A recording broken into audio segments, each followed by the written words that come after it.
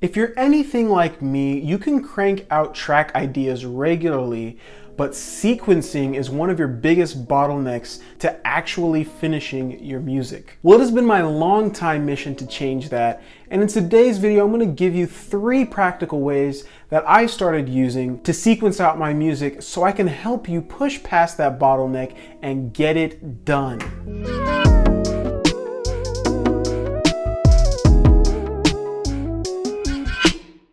All right, so the first one is probably the most common, and I like to call it the hook method.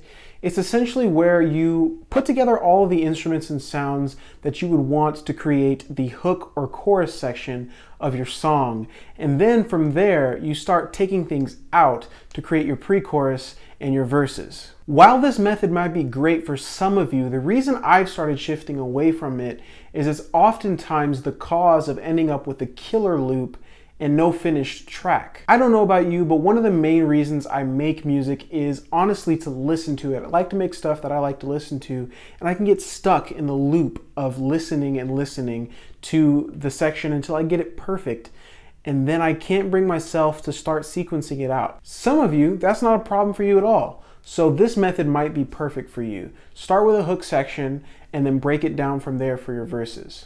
The second method I use is called block sequencing, and it's something that I'm actually probably the most fond of these days, and it's because it requires the least amount of brain work. So what you do is get all of the instruments that you think you'll need for every single section in the song. That includes a hook, a pre-chorus, a verse, whatever sections you need for your music. Get all of the instruments put together and put them all in one vertical stack. I know it's gonna sound strange, but hear me out. Take all of those clips and repeat them across your whole project. Try to get the perfect length of your song, and then start pulling away things. One way to know exactly what to remove from the different sections is to mute things and see what sounds good together. Start with just a few unmuted, and then once you find what sounds good together, leave those there, delete the extra clips that you don't need in that row, move on to the next pattern. This is really freeing because it really keeps you from not having length. Your beat length is already created. All you have to do is chisel away at your mix. The third method that I use for sequencing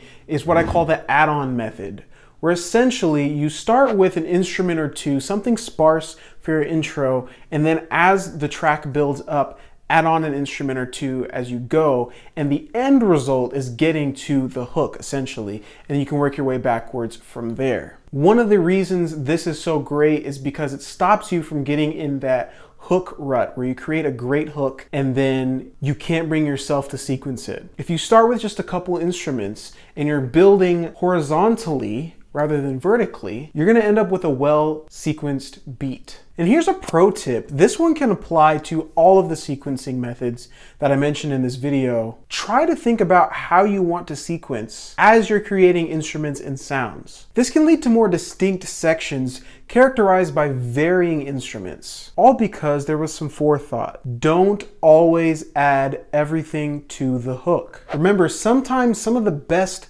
choruses are the ones that are the most sparse.